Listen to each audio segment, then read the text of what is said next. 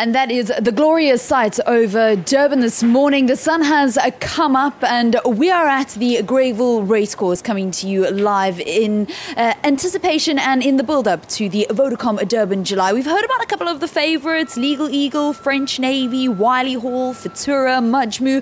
But what do the trainers have to say? Because, of course, you know, when you are on the other side as a jockey or a trainer, you see things a little bit differently. Sean Terry, he's the champion trainer-elect. He's got 5 runners in the race, the most runners for any trainer in the Vodacom Durban July field. So let's hear from a couple of the trainers and hear what they have to say about who the dangers are on the dark horses from their point of view.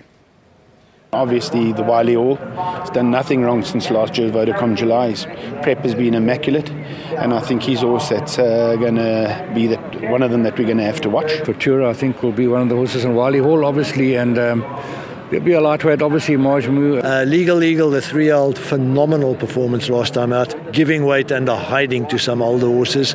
And then on gallops this morning, I thought the Philippine Princess was sensational, so that's my take. No, not worried at all. There's no dangers. All right, so Justin Snaith saying that there's no dangers at all, but others acknowledging that there are a couple of those that they will be watching out for. Now, a man that has won the race twice previously in 2002 and in a dead heat in 2008, Kevin Shea, a man that has been racing for over 3.5 decades.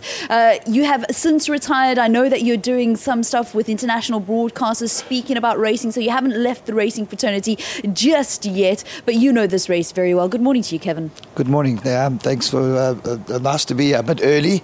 Had a bit of a rough week, but yeah, it's lovely to be here and looking at the setting around here, just absolutely magnificent. You heard what a couple of the trainers had to say. I mean, for you, who do you rate for the Vodacom Durban July? You know, it's a hell of a hard race, and this year I think very competitive. The Mark de Kock filly, Majmu, she's really done nothing wrong. A lot of guys have said her preparation has been interrupted. I don't believe so. He's a professional trainer and he knows what he's doing, but she's a very good filly. He rates her as better than the Colts, and the Colts are favourites. So for me, I think Majmu's a very lively runner. Wiley Hall, as you heard the trainer say, really had done nothing wrong. I personally think got robbed last year. For a man like Michael Leaf to have to win the race and get taken away was an absolute disgrace on my behalf. But he's back this year. He's got, I think, a pound or kilo more than he had last year. He's very competitive, and for me, definitely the horse to beat. All right, well, I know we've got some overlay of last year's race, and we're going to take a look at that because that's something that left us all in the studio a little bit shocked. The fact that we saw Wiley Hall come across the finish line as the first horse cross that post, but then, of course, it was given to legislate through an objection. Yeah, it must be very difficult for a jockey, a trainer, anybody, even an owner, to have to win the race and then get taken away in the boardroom. So for me, I thought it was a little bit of a bad decision, but it's worth having a look at now. But as I say, the July is a very rough race. You can just see there's just so much interference and there's no love lost in a race like this.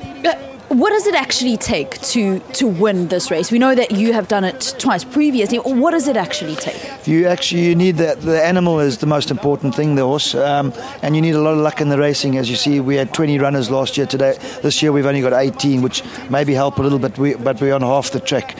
But you need a lot of luck, and you need things to go for you. It's not an easy race to win. As I said, there's no love lost, but what can you do? You have to just get out there and go and do it.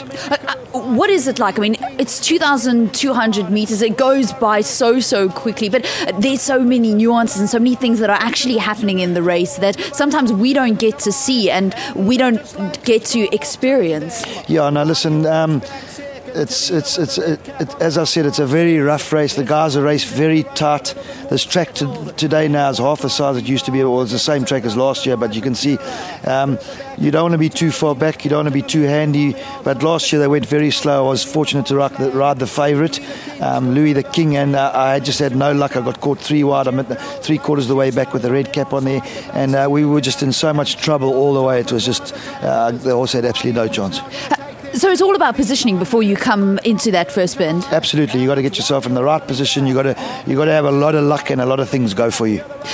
Gavin Lerena is going to be racing, and some say that he is the man that will win the jockey championship for the season. I mean, as jockeys go, and as far as the jockeys go, who do you rate for the Vodacom Durban July? Listen, normally they get the top 18 riders in South Africa. Gavin Lerena is actually elected this year not to ride in the July. He's staying in Johannesburg because he's chasing the championship. It's a hell of a thing for him to do that, because everybody wants to be on Vodacom Durban July Day. The 50,000 people, the crowd, the fashions. It's a great day, and I've been fortunate enough to do it for about 37 years. So. What does it actually mean to be able to win this race? Well, it's one thing a jockey inspires to when you go to the academy as apprentice for your 5-year apprenticeship. This is what they all talk about. That used to be the Rothermans July, the Durban July. It's now the Vodacom July, right. And everybody wants to win this race. And once you've won it, you know you can tick one of the boxes off. All right, lovely stuff. Thank you very much. That's Kevin Shea, man that has been racing horses for the last 37 years. Just a couple of weeks ago announcing that he is retiring from the sport.